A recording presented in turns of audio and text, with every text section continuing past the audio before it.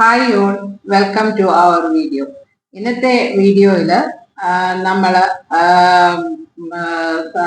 Discuss ചെയ്യാനായിട്ട് പോകുന്നത് ഇന്നലെയും ഇന്നും വാർത്തകളിൽ വളരെയധികം നിറഞ്ഞ ഒരു സബ്ജക്റ്റ് ആയിരുന്നു. വളരെ പെട്ടെന്നുള്ളതായ ഡോക്ടർ CJ റോയിയുടെ വിയോഗം.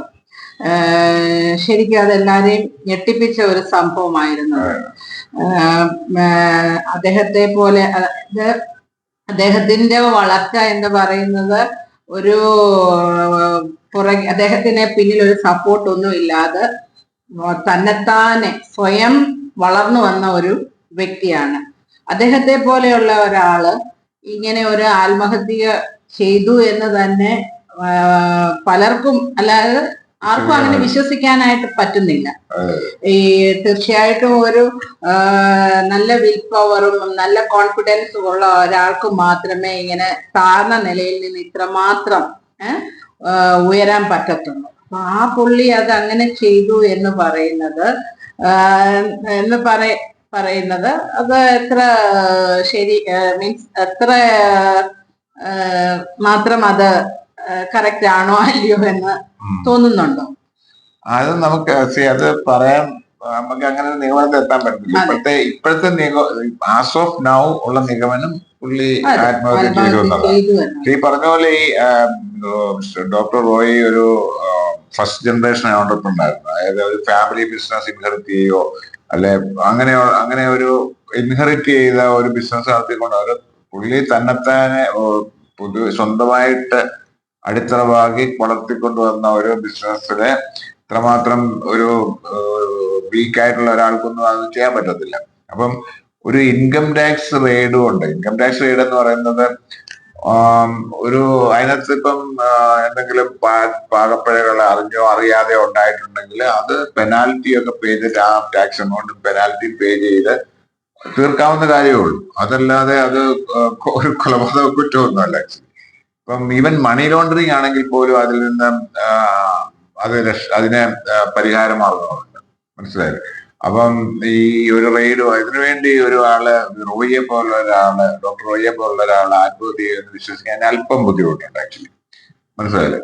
പിന്നെ ഈ ഉള്ളത് മാനനഷ്ടം. ഇപ്പൊ നമ്മൾ കേട്ടിടത്തോളം ഡോക്ടർ റോയി ഒരു അഭിമാനിയായിരുന്നു. അപ്പം ഇതുമൂലം ഒരു മാനനഷ്ടം, ഒരു അറസ്റ്റ് ഉണ്ടാകാം, ജയിലിൽ പോവാം, പുള്ളിയുടെ ഇതെല്ലാം കണ്ടുകെട്ടപ്പെടാം. അങ്ങനെ കണ്ടുകെട്ടപ്പെഴിഞ്ഞാല് പുള്ളിയുടെ ബിസിനസ് തകർന്നു പോകും. അങ്ങനെയൊക്കെയുള്ള ഒരു ഭീതി കൊണ്ടോ അല്ലെങ്കിൽ അഭിമാനക്ഷതം വെച്ച് അങ്ങനെ ചെയ്യാനുള്ള സാധ്യതകളുണ്ട്. പക്ഷെ നമുക്ക് ഇപ്പോഴും അതിന്റെ ഒരു കാരണങ്ങളെ പറ്റിയുള്ള വ്യക്തമായ ഒരു ധാരണയില്ല. അപ്പം IT റെയ്ഡ് നടത്തിയെന്ന് മാത്രം, അല്ലെങ്കിൽ ഒരു ടാക്സ് വെട്ടിപ്പിനോ അല്ലെ അങ്ങനെയുള്ള ഒരു കാര്യത്തിന് വേണ്ടി ഒന്നും ഒരിക്കലും ആത്മഹത്യ ചെയ്യാനുള്ള യാതൊരു സാധ്യതയില്ല. ഇപ്പം ഇതിനകത്ത് ഒരു കാര്യം എന്താണെന്ന് ചോദിച്ചാൽ, ഇപ്പം ഈ റോയിയുടെ മരണത്തിൽ റോയിയെ കുറ്റപ്പെടുത്തുന്നവരും കുറ്റപ്പെടുത്താത്തവരും രണ്ട് വിഭാഗമാണ്. കുറ്റപ്പെടുത്തുന്ന ആൾക്കാരെ BJP സപ്പോർട്ട് ചെയ്യുന്നവരും അതിനെ കുറ്റപ്പെടുത്താതെ റോയി ഇന്നസെന്റ് ആണെന്ന് വാദിക്കുന്ന BJPക്ക് എതിരായിട്ട് ഇരിക്കുന്ന ആൾക്കാരുമാണ്. അങ്ങനെ രണ്ട് ചേരിയിൽ നിന്നാണ് ഇപ്പൊ ഇതിനെ ആൾക്കാര് നോക്കിക്കാണുന്നത്, വിശദീകരിക്കുന്നത്. ഇപ്പം BJPയെ സപ്പോർട്ട് ചെയ്യുന്ന അല്ലെങ്കിൽ റോയിൽ കുറ്റം കാണുന്ന ആൾക്കാർ പറയുന്ന അലിഗേഷൻസ് രണ്ടു മൂന്നെണ്ണം ഇതാണ്. ഒന്ന്, പുള്ളി മടിയിൽ കനമുള്ളവനെ പേടിക്കത്തുള്ളൂ, അല്ലെങ്കിൽ ഒന്നും കുറ്റം ചെയ്യാത്തവനെ എനിക്ക് ആവശ്യമില്ല, അങ്ങനെയുള്ള വാദങ്ങളുണ്ടല്ലോ. അപ്പൊ അങ്ങനെയുള്ളതായതുകൊണ്ടാണ് അത് ആത്മഹത്യ ചെയ്യേണ്ടി വല്ല, അല്ലെങ്കിൽ ഇത് ക്ലിയർ ആണെങ്കിൽ പിന്നെ എന്തിനാണ് ചെയ്യേണ്ടത് എന്നുള്ളൊരു ചോദ്യമുണ്ട്. പിന്നെ അതുപോലെ ഈ സ്ലോവേക്കിയ എന്ന് പറയുന്ന രാജ്യത്തിന്റെ കൗൺസിൽ, കേരളത്തിന്റെയും കർണാടകത്തിന്റെയും കൗൺസിലേറ്റ് വർക്ക് ചെയ്യുന്ന പുള്ളിയുടെ ഓഫീസാണ്. പുള്ളി അതിന്റെ ഹോണറി കൗൺസിലറാണ്. അപ്പം ആ രീതിയിൽ കൂടെ അതിനൊത്തിരി ഡിപ്ലോമാറ്റിക് ഇമ്മ്യൂണിറ്റി ഒക്കെ ഉള്ളതും കൊണ്ടും പല കാരണങ്ങൾ കൊണ്ടും ഇതിനകത്ത് അൺഅക്കൗണ്ടഡ് അല്ലെങ്കിൽ മണി ലോണ്ടറിങ് ത്രൂവിലുള്ള ഫണ്ടുകൾ വന്നിട്ടുണ്ട്. അതിന്റെ സോഴ്സ് കാണിക്കാൻ പറ്റാതെ വന്നപ്പോഴാണ് ഇത് ചെയ്തത്. അഭിമാനക്ഷമത ഉണ്ടായോ, അല്ലെങ്കിൽ ഈ പറഞ്ഞ പോലെ പുള്ളിയുടെ ബിസിനസ് മുഴുവൻ തകർക്കപ്പെടും എന്നുള്ള ഒരു ഭീതിയിലും ഒക്കെ ആയിരിക്കും ചെയ്തതെന്നാണ് അവര് വാദിക്കുന്നത്. മനസ്സിലായി? അപ്പം ഇത് പിന്നെ അവര് പറയുന്നത് എന്താണെന്ന് ചോദിച്ചാല്, ഈ എന്താ പറയുന്നത്, ഇങ്ങനെ ഇതുപോലെ ടാക്സ് റെയ്ഡുകൾ പല നടക്കുന്നുണ്ട്. ബാംഗ്ലൂരും മറ്റു രാജ്യത്തിന്റെ പല ഭാഗത്തും നടക്കുന്നുണ്ട്. അപ്പൊ അവരൊന്നും ആത്മഹത്യ ചെയ്യുമല്ലോ, കേരളത്തിൽ തന്നെ നടന്നിട്ടുണ്ട്. അങ്ങനെയൊക്കെയുള്ള വാദങ്ങളാണ് നടക്കുന്നത്. നമുക്കറിയത്തില്ല, അതും അതിന്റെ സത്യാവസ്ഥയും പുറത്തു വരണം. അപ്പം ഇതിനെ എതിർക്കുന്ന ആൾക്കാര്, അതായത് ഈ എതിർക്കുന്ന പറഞ്ഞാല് ഡോക്ടർ റോയിയെ മരണപ്പെടുകയോ അല്ലെ ആത്മഹത്യ ചെയ്യപ്പെടാൻ പ്രേരിക്കപ്പെടുകയോ ചെയ്തത് ഈ ഏജൻസികളാണെന്നുള്ളവർ വാദിക്കുന്നത് ഇതാണ്. അതായത് ഈ BJP-യുടെ ഒരു ട്രാക്ക് റെക്കോർഡ് നോക്കിക്കഴിഞ്ഞാൽ ED പോലുള്ള ഏജൻസി, ED, IT പോലുള്ള CBI ഒക്കെ ഉള്ള ഏജൻസികളെ ഉപയോഗിച്ച് അവരുടെ പ്രതിയോഗികളെ ചെയ്യാറുണ്ട്. അതായത് നമുക്കറിയാം, രാഷ്ട്രീയത്തിലെ ഇവരെ പല പൊളിറ്റീഷ്യൻസിനെയും ഇങ്ങനെ ചെയ്തിട്ട് അവരെ അവരുടെ പാർട്ടിയിലേക്ക് മാറ്റി. എസ്പെഷ്യലി MP, MLA ആണെങ്കിൽ ചില സംസ്ഥാനങ്ങളിലൊക്കെ ഭരണം പിടിച്ചെടുക്കാൻ വേണ്ടിയൊക്കെ അത് ചെയ്തിട്ടുണ്ടെന്നുള്ളത് നമുക്കറിയാവുന്ന കാര്യമാണ്. അപ്പൊ അങ്ങനെ ചെയ്തിട്ടുള്ള ഈ പല ആൾക്കാരും ഈ പാർട്ടിയിൽ ചേർന്നതിന് ശേഷം ആ കേസുകളെല്ലാം ഇല്ലാതായി പോയിട്ടുണ്ടെന്നുള്ളതും ഒരു സത്യമാണ്. പിന്നെ അതുപോലെ തന്നെ ഇപ്പൊ നമ്മുടെ കിറ്റക്സിന്റെ സാബുവിന്റെ കാര്യം തന്നെ നോക്കിയാൽ, സാബുവിന്റെ ഒരു പൊളിറ്റിക്കൽ പാർട്ടി T20 NDA ചേർന്നു. അതിനുശേഷം ആണ് മനസ്സിലായത് അവിടെ ED റെയ്ഡ് ഉണ്ടാകുന്നുള്ളത്. അപ്പൊ അവര് പറയുക അലിഗേഷൻ എന്താണെന്ന് വെച്ചാൽ EDയുടെ പിന്നെ EDയിൽ നിന്ന് EDയുടെ മുന്നോട്ടുള്ള കാര്യങ്ങളിലൊക്കെ രക്ഷപ്പെടാൻ വേണ്ടി പുള്ളി ഇത് ചെയ്തതാണെന്നുള്ള അലിഗേഷൻ ഉണ്ട്. മനസ്സിലല്ലേ? അത് ഈ പറഞ്ഞ പോലെ ഇതിന്റെ ബാക്കി പത്രമാണ് നമ്മൾ നേരത്തെ പറഞ്ഞിട്ട്. പിന്നെ അതുപോലെ തന്നെ വേറെ ഒന്ന്, ഇലക്ട്രോണൽ ബോണ്ടിന് ശേഷം ബോണ്ട് ഉള്ളപ്പോഴാണെങ്കിലും ഏതാണ്ട് ഇത് തന്നെയാണ്. ഈ ക്യാഷ് റിച്ച് ആയിട്ടുള്ള കമ്പനികളെ ഇത് ചെയ്തിട്ട് അവരെ ഇതുപോലെ ഏജൻസികൾ ഉപയോഗിച്ച് പല ഇൻകം ടാക്സ് ED റെയ്ഡുകൾ നടത്തി അവരിൽ നിന്നും സംഭാവനകൾ എടുക്കുകയും ചെയ്ത ഒത്തിരി സംഭവങ്ങളുണ്ട്. റെയ്ഡ് നേടുന്നതിന് ശേഷം അവർ കൊടുത്തതിന്റെ റെക്കോർഡുണ്ട്. ഇപ്പൊ ഈ ട്രാൻസ്പെറൻസി ഇല്ലാത്തത് കൊണ്ടാണ് സുപ്രീം കോടതി ഇലക്ട്രോണൽ ബോണ്ട് വേണ്ടാന്ന് വെച്ചത്. പക്ഷെ എന്നാലും നമുക്ക് മനസ്സിലാക്കാൻ പറ്റിയിട്ടുള്ളത് അങ്ങനെയാണ്. റെയ്ഡിന് ശേഷം പല കമ്പനികളും ഒത്തിരി ഡൊണേഷൻസ് കൊടുത്തിട്ടുണ്ട്. നേരത്തെ ആണെങ്കിൽ ഇലക്ട്രോണൽ ബോണ്ട്സ് വാങ്ങിച്ചിട്ടുണ്ട്. അങ്ങനെ പിന്നെ രണ്ടാമതൊരു സംഭവം അത് എഗെയിൻ അപ്പം അഡാനിയുടെ കാര്യത്തിൽ ഒരു കാര്യം കൂടെ പറയാം. ഇപ്പൊ നമുക്കറിയാം, ഈ ഏജൻസികളൊക്കെ ഇത്ര വളരെ എഫിഷ്യന്റ് ആയിട്ടും വളരെ ജാഗരൂകരായിട്ടും ഓരോ കാര്യങ്ങൾ ചെയ്യുന്നു എന്നുള്ളത് വെക്കുമ്പോൾ നമുക്കൊരു ചോദ്യമുണ്ട്. US-ന്റെ SEC എന്ന് പറഞ്ഞാൽ സെക്യൂരിറ്റീസ് ആൻഡ് എക്സ്ചേഞ്ച് കമ്മീഷൻ, നമ്മുടെ സെബിയുടെ കൗണ്ടർ പാർട്ട്, അഡാനിക്ക് അഗൻസ്റ്റ് ആയിട്ട് ഫ്രോഡ്, അതായത് അഡാനിയുടെ ഗ്രീൻ എനർജി കമ്പനി കോഴ കൊടുത്തു എന്നുള്ളൊരു കാര്യം അവിടെ US-ലെ ലിസ്റ്റ് ചെയ്യുന്ന സമയത്ത് അറിയിച്ചില്ല, സെക്യൂരിറ്റീസ് റിപ്പോർട്ടിൽ വന്നിട്ടില്ല. അതൊരു ഫ്രോഡായിട്ട് കണക്കാക്കിയിട്ട് അഡാനിക്ക് നോട്ടീസ് അയച്ചു. അപ്പൊ നോട്ടീസ് അയക്കുന്നതിന്റെ ഒരു പ്രോട്ടോകോൾ എന്ന് വെച്ചാൽ അത് ഗവൺമെന്റ് ത്രൂവിലാണ് അയക്കേണ്ടത്. ഒരു രാജ്യത്ത് നിന്ന് വേറെ രാജ്യത്ത് അപ്പൊ അത് ലോ മിനിസ്ട്രി അത് മാസങ്ങളായിട്ട് അത് അഡാനിക്ക് കൈമാറ്റിയില്ല എന്നുള്ളതാണ് സത്യം. അപ്പം അഡാനിക്ക് കൈമാറ്റത്തോടെ അഡാനിക്ക് നോട്ടീസ് കിട്ടിയിട്ടില്ല. ഒടുവിലെ അവിടുത്തെ കോടതിയുടെ വിധി പ്രകാരം അവർ നേരിട്ട് ഈ പ്രോട്ടോകോളൊക്കെ മാറ്റിവെച്ചിട്ട് നേരിട്ട് അഡാനിക്ക് ഈ നോട്ടീസ് കൊടുക്കാൻ പുറപ്പെടുത്തി. ഇപ്പൊ അഡാനി അത് കൈപ്പറ്റാൻ സമ്മതിക്കുക, അവിടെ വക്കീലിനെ അതിനെ ഏർപ്പെടുത്തുകയും ചെയ്തു. അപ്പം അത് എന്തിനാണ് ആക്ച്വലി, അതെന്താണ് ലോ മിനിസ്ട്രിക്ക് എന്താണ് അഡാനിയെ പ്രൊട്ടക്ട് ചെയ്യേണ്ട ആവശ്യം? അവര് കുറ്റം ചെയ്തിട്ടുണ്ടെങ്കിൽ കുറ്റം ചെയ്തു. ഇപ്പൊ പറഞ്ഞ പോലെ ഇവര് ബാധിക്കുന്ന പോലെ മടിയിൽ കനമില്ലാത്തവന് അല്ലെ കുറ്റം ചെയ്യാത്തവന് എന്തിനാണ് പേടിക്കുന്നത്? ഈ അമേരിക്ക എന്തായാലും ഒരു ബനാന റിപ്പബ്ലിക് ഒന്നുമല്ല. അവിടെ നിയമപരമായിട്ടുള്ള കാര്യങ്ങൾ നീതിപൂർവമായിട്ട് നടക്കുന്ന ഒരു രാജ്യമാണ് ആക്ച്വലി. അപ്പം അയാൾക്ക് പുള്ളി ഒന്നും ചെയ്തിട്ടില്ലെങ്കിൽ പിന്നെ സമൻസ് കൈപ്പറ്റിയിട്ട് അവിടെ പോയി അത് വെച്ചിട്ട് വാദിച്ച് ജയിച്ചാൽ പോരെ. അപ്പം അതൊരു ചോദ്യമാണ്. അപ്പം ഈ മടിയിൽ കനവില്ലാത്തവൻ അല്ലെ തെറ്റിയിട്ടാത്തവനെ പേടിക്കണ്ട എന്ന് പറയുന്നത് ഇവിടെ ആപ്ലിക്കബിൾ ആണ്. പിന്നെ എന്താണ് നമ്മുടെ ഗവൺമെന്റ് അതിനെ സപ്പോർട്ട് ചെയ്തു എന്നുള്ളൊരു ചോദ്യം, അല്ലെ അത് നോട്ടീസ് കൊടുക്കാതെ മാറ്റി കൊടുക്കാതെന്നൊരു ചോദ്യം. പിന്നെ അതുപോലെ തന്നെ ഈ അഡാനിയുമായിട്ട് തന്നെ ബന്ധപ്പെട്ട് ഇപ്പൊ അഡാനിയെ മാത്രമായിട്ടല്ല ഞാൻ പറഞ്ഞ ഒരു എക്സാമ്പിൾ നമുക്ക് കൂടുതൽ അറിയാവുന്നതുകൊണ്ട് പറയുകയാണ്. ഈ പല കമ്പനികളും ഇന്ത്യയിലെ എസ്പെഷ്യലി ഇൻസോൾവൻസി ആൻഡ് IBC അതനുസരിച്ചിട്ട് പല കമ്പനികളും ഈ ഇൻസോൾവെന്റ് ആകുന്ന സമയത്ത് അത് പിന്നെ ഏറ്റെടുക്കാനുള്ള മറ്റുള്ള കമ്പനികൾക്ക് ഏറ്റെടുക്കാനുള്ള ഒരു പ്രൊവിഷൻ ഉണ്ട്. അത് വളരെ തുച്ഛമായ വിലയ്ക്കായിരിക്കും അത് ഏറ്റെടുക്കപ്പെടുന്നത്.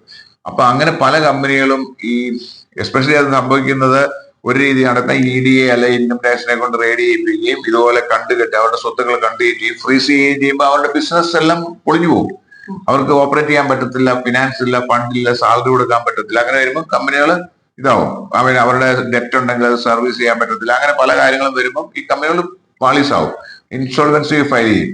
അപ്പൊ അങ്ങനെ വരുമ്പം അത് മറ്റുള്ള കമ്പനികൾക്ക് ഏറ്റെടുക്കാനുള്ള അവസരമുണ്ട്. അങ്ങനെ വളരെയധികം കമ്പനികൾ നമ്മുടെ അഡാനിക്ക് ഈ റെയ്ഡിന് ശേഷം ഏറ്റെടുക്കാൻ പറ്റുന്നുണ്ട്. എസ്പെഷ്യലി അവരുടെ കോമ്പറ്റീറ്റേഴ്സ് ആയിട്ടുള്ള കമ്പനികൾ. ഇപ്പം അവരുടെ അംബുജ സിമെന്റ്സ്, പിന്നെ കോമ്പറ്റീറ്റർ സംഗി സിമെന്റ്സ്, അല്ലെങ്കിൽ പുള്ളി അഡാനിക്ക് ഈ മീഡിയയിലേക്കുള്ള ഒരു എൻട്രിക്ക് വേണ്ടി NDTV ഇതുപോലെ റെയ്ഡ് നടത്തുകയും അങ്ങനെ ആക്കി ഒടുവിൽ അവരെ ഏറ്റെടുക്കുകയും ചെയ്ത് നമുക്ക് നമ്മുടെ മുമ്പിലുള്ളതാണ്. അപ്പം ഇങ്ങനെ പല അലിഗേഷൻസ് ആണ് പറയുന്നത്. ഇത് ഈ കമ്പനികളെ, അതായത് അവര് അതുപോലെ തന്നെ ഈ കൊടുത്തിട്ടില്ല എങ്കിൽ അവര് ഡൊണേഷൻ അല്ലെ സംഭാവന കൊടുത്തിട്ടില്ല എങ്കിൽ അവരെ ഹറാസ് ചെയ്യും. ഇങ്ങനെ ഈ പറഞ്ഞ പല കാര്യങ്ങളും സംഭവിക്കാം എന്നും അവർ അലിവേറ്റ് ചെയ്യുന്നു. അപ്പൊ ഈ രണ്ട് വാദങ്ങൾക്കും അതിൻ്റെതായിട്ടുള്ള മെറിറ്റ് ഉണ്ട്, ഡീമെറിറ്റ്സും ഉണ്ട്.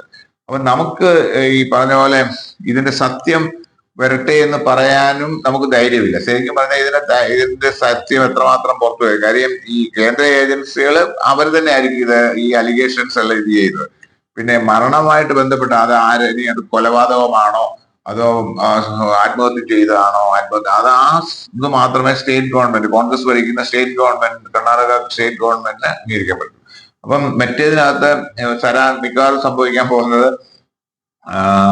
ഡോക്ടർ റോയി എന്തെങ്കിലും ഇല്ലീഗലായിട്ടോ അല്ലെങ്കിൽ ഫ്രോഡ് എന്തെങ്കിലും ചെയ്തിട്ടുണ്ടെങ്കിൽ ആ ചെയ്തതിനേക്കാൾ കൂടുതൽ ഇത് കാര്യങ്ങൾ വരാനുള്ള സാധ്യത. കാര്യം ഇങ്ങനൊരു ഇൻസിഡന്റ് ഉണ്ടായിരുന്ന സമയത്ത് ഇനി അതിനെ ന്യായീകരിക്കുക, അപ്പം അത് പുള്ളിയുടെ മനപ്രയാസവും അഭിമാനക്ഷമം ഉണ്ടായതുകൊണ്ടാണ്, ഇത്രമാത്രം ഒരു കുറ്റം ചെയ്തുകൊണ്ട് ഇതങ്ങനെ വരുന്നത് കൊണ്ടാണ് പുള്ളി ചെയ്തതെന്ന് സ്ഥാപിക്കാൻ വേണ്ടി ഭയങ്കര രൂക്ഷമായ അലിഗേഷൻസ് അല്ലെങ്കിൽ കണ്ടെത്തലുകൾ ഉണ്ടാകാനുള്ള സാധ്യതയുണ്ട്. നമുക്ക് അങ്ങനെ തോന്നുന്നുള്ളതാണ്. അപ്പൊ അത് സത്യം എത്രമാത്രം കറക്റ്റായിട്ട് വരുമെന്നും നമുക്ക് വലിയ വിശ്വാസമില്ല. അപ്പം അറിയത്തില്ല, എന്താണ് ഇപ്പം ഇതിൽ നിന്നും എവിടെയാണ് ഇത് എത്തിച്ചേർന്നതെന്ന് നമുക്ക് വലിയ കാര്യമായ ഒരു ധാരണയില്ല. അപ്പൊ ഇത് റോയ് ശരിക്കും കുറ്റം ചെയ്തിട്ടുണ്ടോ, ആ കുറ്റം ചെയ്തത് എന്ത് കുറ്റമാണ് ചെയ്തിട്ടുള്ളത്, അപ്പൊ അതുകൊണ്ട് എന്തിനാണ് അതായത് എല്ലാം നശിച്ചു എല്ലാം ഇല്ലാതായി പോകുന്നുള്ള വിഷമം കൊണ്ടാണോ ചെയ്തത്? മനസ്സിലായില്ലേ? ഈ അലിഗേഷൻസും എല്ലാം കൂടെ വെച്ചത്, അതോ അഭിമാനം കൊണ്ടാണോ ചെയ്തത്, അതോ പുള്ളി ആരെങ്കിലും റിയൽ എസ്റ്റേറ്റിലായിരുന്നു, പിന്നെ ബാംഗ്ലൂർ അതുപോലുള്ള പല സ്ഥലങ്ങളിലും പുള്ളിക്ക് ഇൻവെസ്റ്റ്മെന്റ് ഉണ്ടായിരുന്നു, മറ്റുള്ള റിയൽ എസ്റ്റേറ്റ് മാഫിയകളോ അല്ലെങ്കിൽ അവര് ഇതിന്റെ പുറകിൽ എന്തെങ്കിലും പ്രവർത്തിച്ചിട്ടുണ്ടോ, അതോ ഈ കമ്പനി മുഴുവൻ ഏറ്റെടുക്കാൻ ഈ പറഞ്ഞ പോലെ വേറെ ആരെങ്കിലും ശ്രമിക്കുന്നുണ്ടായിരുന്നോ, അതിനൊരു വഴിയൊരുക്കുമായിരുന്നോ? മനസ്സിലായില്ലേ? ഇൻസോൾവൻസി ആക്കി ഫയൽ ചെയ്തിട്ട്. അപ്പൊ ഇങ്ങനെയുള്ള പല ചോദ്യങ്ങളും ബാക്കി വെച്ചുകൊണ്ടാണ് ഡോക്ടർ റോയി അവിടെ വിട്ടു പോയിരിക്കുന്നത്. എനിവേ, അദ്ദേഹത്തിന് പ്രണാമം. കാര്യം നമ്മളുടെ മുമ്പിലുള്ള ഒരു റോയി എന്ന് പറയുന്നത് വളരെ നല്ല ഒരു ബിസിനസ്സാണ്. അതെ, അതായത് താഴെ നിന്ന് വളർന്നു വന്ന് സ്വന്തം കഠിനാധ്വാനത്തിൽ വളർന്ന് പുള്ളി ലൈഫ് ഉണ്ടാക്കിയ പണം കൊണ്ട് ലൈഫ് എൻജോയ് ചെയ്യുന്ന ഒരു മനുഷ്യനും, അതേപോലെ തന്നെ പലരെയും സഹായിച്ചിട്ടുള്ള മനുഷ്യനും, അതുപോലെ പല ഈ മീഡിയ നമ്മുടെ എന്റർടൈൻമെന്റ് ഷോകളിലൊക്കെ ഒത്തിരി പണം മറ്റുള്ള അവർക്ക് വേണ്ടി സ്പോൺസർ ചെയ്യുകയും ബിഗ് ബോസ് ഉൾപ്പെടെ വളരെ ബിഗ് ബോസ് ചെയ്യുകയും അതുകൊണ്ട് പല ആൾക്കാർക്കും അതുകൊണ്ട് ഗുണമുണ്ടാവുകയും ആര്യ സ്റ്റാർസിംഗ് അങ്ങനെ പലരും ഇങ്ങനെയൊക്കെ ചെയ്തിട്ടുള്ള ഒരു വ്യക്തിയാണ്. അപ്പം ഇതുവരെ അദ്ദേഹത്തെ പറ്റിയുള്ള മോശമായ ഒരു അഭിപ്രായം ഒന്നും നമ്മൾ കേട്ടിട്ടില്ല എന്നുള്ളത്. അപ്പം സിനിമ ഫീൽഡിലും റിയൽ എസ്റ്റേറ്റിലും മറ്റുള്ള പല മേഖലകളിലും പാവപ്പെട്ട ഫാമിലിയിൽ പഠിക്കാനായിട്ട് അതെ ഒരു മനുഷ്യ സ്നേഹിയായിരുന്നു. അതെ, അത് തന്നെയല്ല. അതിനു മുമ്പുള്ള 1-2 ഇന്റർവ്യൂലൊക്കെ പുള്ളി പറഞ്ഞിട്ടുള്ള കാര്യം എന്ന് പറഞ്ഞാൽ, എനിക്കിപ്പം മരിച്ചു പോയാലും വിഷമമൊന്നുമില്ല, ബിക്കോസ് എനിക്ക് എന്റെ ബക്കറ്റ് ലിസ്റ്റിലൊന്നുമില്ല, ഞാൻ നേടാവുന്നതിന്റെ എല്ലാം നേടിയിട്ടുണ്ട്, ഇനി പ്രത്യേകിച്ചൊന്നുമില്ല. അങ്ങനെയുള്ള ഒരു മനുഷ്യൻ ആത്മഹത്യ ചെയ്ത് എന്തിനാണെന്നുള്ളൊരു ചോദ്യം ഭയങ്കര ഒരു ചോദ്യമായിട്ട് വരുന്നു. അത് ചിലപ്പം വരും കാലങ്ങളിൽ തെളിയട്ടെ. അത് ചിലപ്പം ഉള്ളതും അതിൽ കൂടുതലുമായിട്ട് ചിലപ്പം നമുക്ക് നമ്മുടെ മുമ്പിൽ വരും. കാര്യം ഇത് ഈ മരണത്തെ ജസ്റ്റിഫൈ ചെയ്യുക എന്നുള്ളതും ഈ ഏജൻസികളുടെ ഒരു ആവശ്യമാണ്. മനസ്സിലായില്ല? അപ്പൊ അതുകൊണ്ട് തന്നെ എത്രമാത്രം പറയുന്നതിന്റെ എത്രമാത്രം ശതമാനം സത്യമുണ്ടെന്നും നമുക്ക് കാത്തിരുന്ന് കാണാം, അല്ലെങ്കിൽ അത്രയും നമുക്ക് മനസ്സിലാക്കാൻ പറ്റും. ഇനി ഇങ്ങനെയുള്ള സംഭവങ്ങൾ ഉണ്ടാകാതിരിക്കട്ടെ. അപ്പൊ ഇനി ഞങ്ങൾ വേറൊരു വീഡിയോയുമായിട്ട് നിങ്ങളുടെ അടുക്കൽ താമസിക്കാതെ വരുന്നതാണ്. അതുവരെ നന്ദി, നമസ്കാരം, take care, bye. Thank you. See you soon.